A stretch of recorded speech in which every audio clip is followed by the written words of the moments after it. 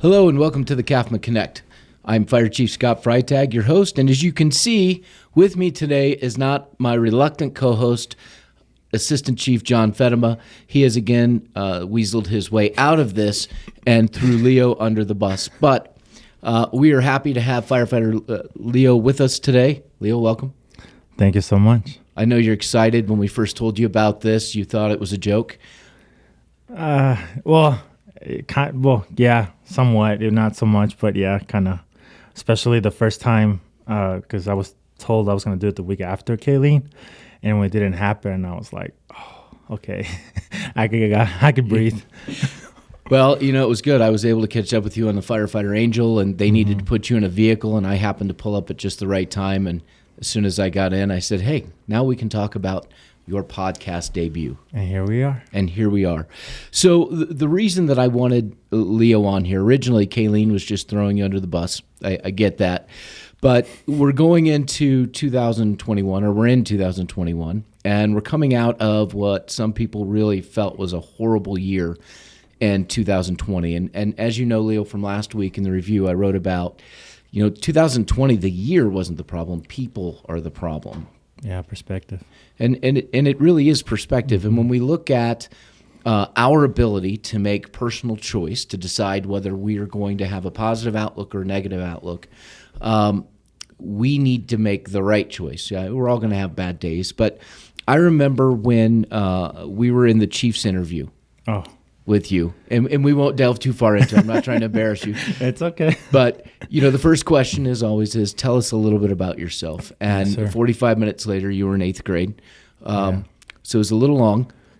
That said, your life story to me is inspirational. Oh, thank you. How you grew up and where you are today and where you can be in the future, to me is a story that's worth sharing with folks, especially as we go into 2021 and we try to convince people, hey, you need to have a different perspective. You need to choose to be positive. So, Leo, if we could get a little bit of your story, start by telling us about, is it flan or flan? It's who was it? I was having with Captain Merrill. He was having a hard time pronouncing it.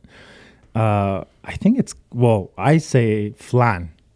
Okay. I don't know how other people, like how you read it and stuff, but it's pronounced flan. Okay.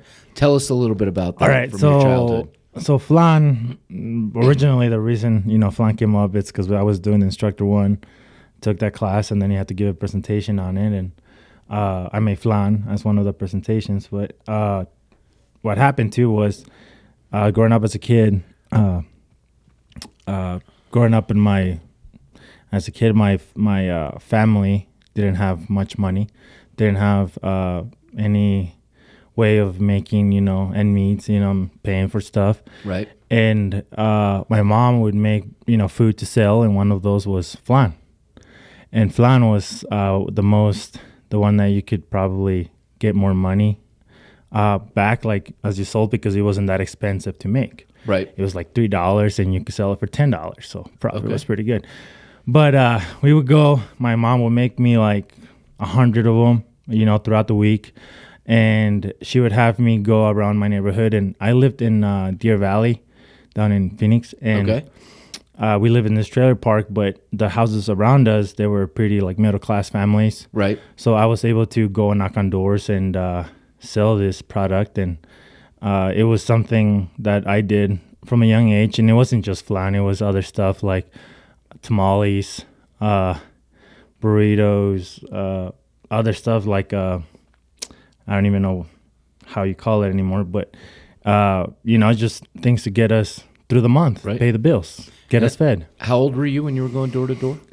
When I was going to door, I started from a very young age. I had multiple jobs. The first job, one of the jobs that I first had was cleaning pigs' dens, like their feces, like getting rid of their poop. And awesome. Yeah, it was a crappy job. Right. Makes sense. It makes sense, right? But yeah, that was one of my first jobs, and I think I was around the age of 4. Around 4 or 5, I was working from a very young age, and I would get paid like 50 cents or $1, I think. Okay. And then I also, I had multiple jobs, but one of the other jobs after that, it was going out to the fields and picking chili peppers or beans off the ground, just going with my mom and my brother. I've done that. I did that for a while too, but I think I started when I was 4. Okay. 4 was around that age, but my mom says that I had some other jobs. Like I had an uncle who had a mechanic shop, and he just liked me being around so I could greet people. Okay. So, he paid me somewhat a day, but yeah. Well, that's one of the reasons we like having you around, so you can greet people. Yeah. When I was talking yesterday to the administrative staff in the front office, I mentioned you being on the podcast, and they thought that was great. And they said they never see you without a smile. Okay. You always have a smile and brightens people's day with that. And yet, through your childhood, starting at 3-4 years old, here you are working to help the family make ends meet. Yes. Originally from Mexico, so not originally from Deer Valley. No, so originally, I'm from Zacatecas, Mexico, and I was brought to the U.S. when I was, I would say, 8 years old. Okay. And at that point, before then, I lived a really bad life, abusive parent to my mom. And then we used to live in a place where it was probably rooms this big. Okay. And it was my mom, my brother, and my 2 younger sisters. And my dad would lock us in that place, take the key with him. And he would come and visit us like once a month, twice a month. But my brother and I, we had a hole and we snuck out. And my mom would stay there. And we used to go, find work. That was how we go to work. And there was this place like 3 blocks on our house where they would wash carrots. Okay. It was like a carrot factory or something like that. And they used to get all the carrots, the bad carrots, and throw them on the floor.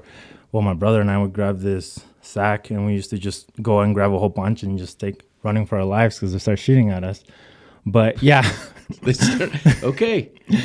Well, there we go. Yeah, there you go. But it was, to keep us fed, the whole time. It was, I liked it. It was something. Well, I didn't like it. That was the only thing I knew. So that was probably, it was normal to me. Right. But I came out here and then went to Las Vegas. Okay. I was there for a total of probably 3 years, and then ended up in Deer Valley. Okay. So Las Vegas, Deer Valley, you went to school. Who did you live with as you went through your high school years, junior high and high school? So when I went to high school, I was adopted at the age of, I would say, 15. Okay. But legally I was adopted at 15, but I started living with these people from a very young age. They provided for me because story behind that, my mom ended up ditching my brother and I. Okay. And then this pastor from this church took us into their house, and she looked out for us, but she was also a missionary, so she kind of went everywhere. But I didn't go to school 7th and 8th grade. Okay. I went from mid-6th grade to freshman year of high school. We were adding and subtracting, and then I came back to letters in math problems, and I was like, find X. I don't know what that is. Yeah. I just have to say, Leo, I don't disagree with you, because if I remember correctly, in kindergarten, they taught us the alphabet. Yeah. And then they taught us our numbers, and they weren't together. They weren't. No, they don't mix. I don't know, why would someone do that? And why do I need to know where X is? I know where it is. I was like right there in the whiteboard. That's my answer when the teacher asked me. I can say the alphabet. It's right by Y. Right next to Y. That's where it is. I can show you right here. I've learned that since I was a kid, but yeah. So what kind of influence did the pastor, your adoptive parents, what kind of influence did they have on you? One of the biggest things they always taught me was, hard work. And well, not so much they did, but my mom, even though the life that I had, I always had to work hard to survive, right. to have something on the table, to eat something, to, have clothes on your back, anything. It was always work. It pays off. It takes care of everything. Right. Going to this family, they not only told me the same thing, but also you gotta have a belief system. You have to have something to believe in. And one of them was, always believing in God. They were pastors from a church. Okay. So they always said, if you can't stick with God, God will always stick with you. Just always come back, humble and try to, always live your life as best as you can, things like that. And in my adult life, because I was with them till I was 18, till I graduated from high school, which it was a great accomplishment for me, not going through middle school and being able to graduate high school. They always, make sure I had everything, but hard work was one of the biggest things that they always, told me about. Right. Do this, do that, and, keep yourself busy. So what did you do after high school? Right after high school, I got a job down in Phoenix doing countertops. Okay. I've never done countertops. I don't know. Before then, I didn't have any type of history of construction work. Okay. This gentleman, I went up to him and I said, "Hey, you're hiring?" And he said, "Well, what do you know?" I was like, "Sir, I don't know anything, but I'll work my butt off for you if you give me a chance." And he goes, I told him too, I was like, I could speak Spanish. And he liked that very much because a lot of his workers they didn't speak English. So he would have me translate for them and tell them where to go do their jobs. And I did countertops right after that. Did you tell him you could find X too? I did not tell him that. No,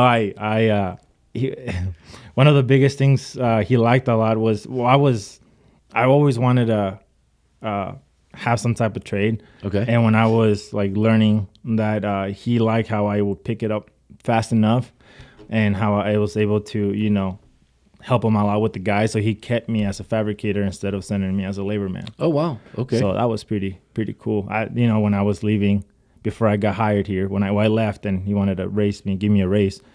When I came out here and I was applying for CAFMA, I called him to let him know that, hey, they might call you to, talk to you as a reference. But I called him and he answered the phone and he goes, "Hey, are you coming back?" I'm like, "No." And he hung up on me. Okay. Just right there. I'm like, so I called him back and I said, "Hey, this is Leo." And he goes, "Oh, I know who this is. Are you coming back?" I'm like, "No, I'm trying to call you because I'm trying to," and I explained the situation to him. But yeah. So you also worked for AZ1 Credit Union up here in Prescott Valley, or 1AZ. And I know that when we offered you an opportunity to work for CAFMA initially as a training tech, the manager of the credit union at the time did not want to let you go. Yeah. Donna Lassen. Yeah. She's awesome. She also another person who gave me a chance. No history, guy never went to middle school. She knew that. I explained that to him because when we did the interview, I explained, and yeah, she asked me to sell her a chair, and then right away I said, "Well, welcome to Donna's furniture store." Right. And that got me the brownie points. And then she started laughing right after that, and she goes, "You know what?" And I, did my sell, and she said, "Okay." She gave me a chance, and when it was time to go, she really didn't want me to leave. Right? Yeah.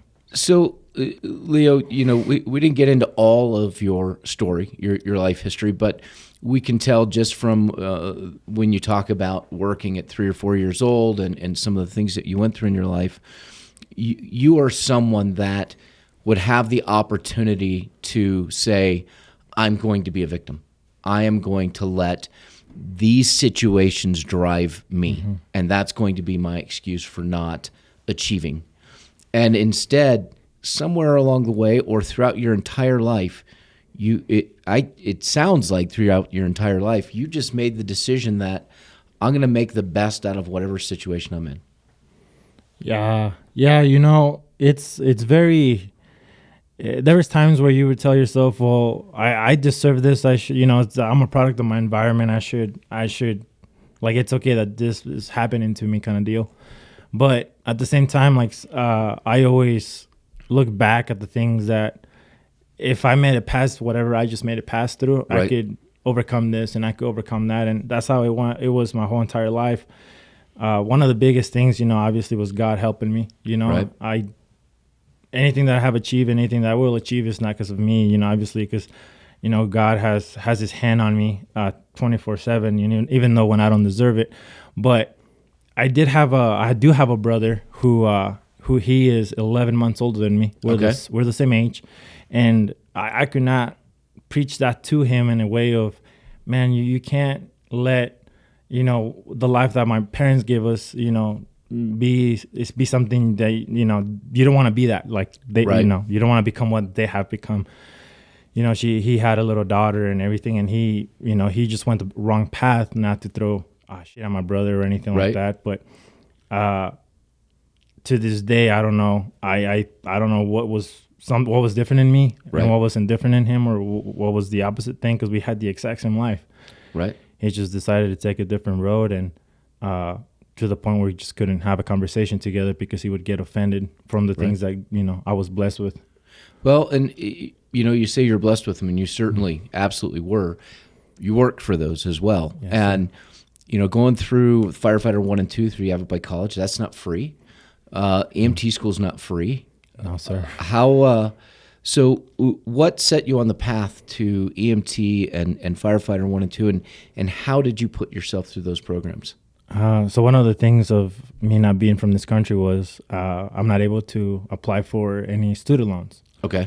So at that point, before I even knew I wanted to be a firefighter, I always save money. I've never been the guy that just goes and spends what he has. And so I had some money saved up, and I had a friend at that point who he came up to me and he goes, "Hey, how much money do you have saved up in your account?"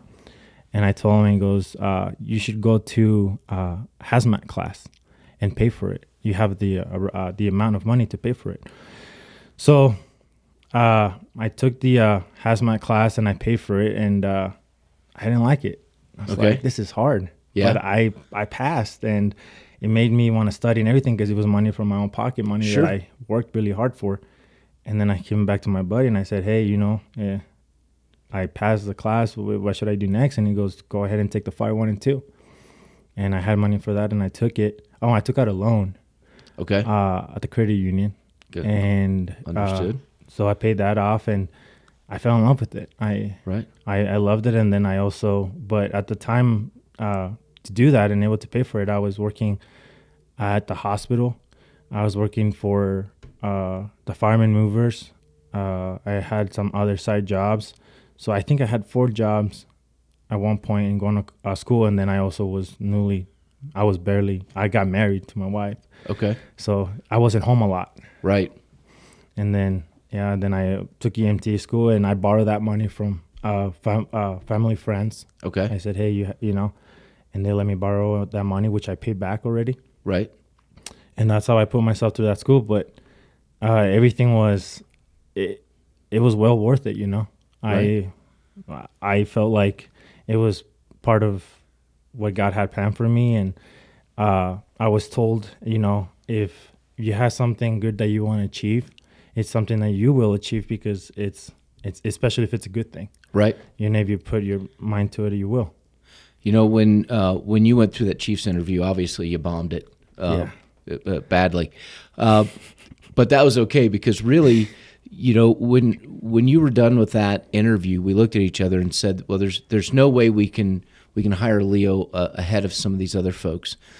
But Leo has the character that we want in this organization. He's someone that we want here, but we need him to improve in some areas. So we offered you the training tech position, yes, knowing that we really wanted to give you time to develop in some other areas, so that we could get you onto the engine and into the firefighting, which was your dream. And yes, sir. The way I looked at it from an organizational perspective was, here we have an individual who has done everything in his power to lift himself up, to work hard, to focus, and we have the opportunity, because you chose us, to help you make your dream of being a firefighter come true. And all of us at the table that day felt that we really want Leo to be part of this organization. We just need to work with him to get him there. And I think that's fantastic, because when we talk about, and we'll hit diversity for just a second, because I talked to Kayleen about it. And when we recruit people into the fire service, we look for diverse backgrounds. We want diverse backgrounds. And one of the things we're talking about in the next recruiting is recruiting you again to help us. Yeah. But the way Patty, our HR manager, put it to me is, let's do a recruitment video that says, what does a firefighter look like? And here's a picture of Kayleen. Here's a picture of Leo. Here's a picture of one of the Zachs that we have working here. And it in the end of that video, it says, you look like a firefighter, right? Because look at where you came from in Mexico and all you went through in your life and all the decisions that you made to continue being better. And here you are as a firefighter. How long have you been with CAFMA now? I've been with CAFMA 2 years, 2 years and some days. Yeah, I've been counting those days. You've been counting those days. Yeah, because I got hired as a fire tech in 2018. Right. In December. So, but I've been as a firefighter a year and 6 months, I believe. But your story goes to show everyone out there that if it doesn't matter what your background is, it doesn't matter what your upbringing is, what matters is the choices that you make. Yeah, choices is a big part of things that you can accomplish in life and how hard you work. Right. And you can achieve that. And it doesn't matter if there's kids out there in podcast land and in YouTube or whatever that for some reason stumble on this podcast. They can look at this and say, wow, maybe I want to be a firefighter someday. Whether they're living in Mexico today or they're living in the United States today, there is opportunity. Whether they're a woman or a female or a male, it doesn't matter, right? It's all up to the individual to see. You gotta look down inside and see what they want. And, right. Obviously it takes some work to to achieve what you need, what you want to achieve, but it's possible, it's doable. Right. Well, and the other thing that you bring so much to the organization, in my opinion. When administration knows Leo right off the bat and says, man, he just brightens everybody's day when he comes in, because he's always smiling, he's always happy. But we know we have a Hispanic community that we cover, and we know some of those folks don't speak English. So we're going to work with you. You and I talked about it, about doing some public safety educational videos that we can put out in Spanish. Yeah, that would be great, because one of the biggest things I remember as a kid too with my mother was, like, I got hurt one time, and she was kind of scared of calling for help, you know, just because obviously there's a lot of they just, I don't know, the Hispanic community has this fear of the authorities and thinking that fire is that. So, but there was not that information that told us, hey, we're here to help you, not to get you in trouble, kind of deal. And so I think I want to work with you not only on some of the material that we need out on cooking safety and fire safety, things like that, but from your perspective, just as you just discussed, what are some other areas we need to hit? And I think that's going to be an important one that we can put out there. We may be able to even partner with our friends in blue, with PVPD, and have you on there with a police officer. Yeah, we do this event where we help Miss Tammy. Okay. When we were doing some hot dogs out at the Mountain Valley Park. Right. And it's an event they do, the police officers do, in order to reach out to the Hispanic community. But I think it would be great to have we do take an engine there, but there's no information given out as towards fire. But yeah, it'll be awesome. Well, Leo, to kind of close things out this week with you, if you could give people some advice, if you could give folks some advice going into 2021, based on your background and experience, what would that be? 2021 is the beginning of the year. It's something that everybody already has that mindset of it's going to be a good year, it's going to be positive. So it is, if they just keep that mindset throughout the year and remember that no matter what happens, you could always keep moving forward. They say that hard times don't last, but strong people do. Right. You know? So I feel like if you just keep the mindset, not get discouraged, and, you know your self-worth, know what the things that you could accomplish and the things you've already accomplished. Right. You know, it's not that hard to get happy and get positive in things.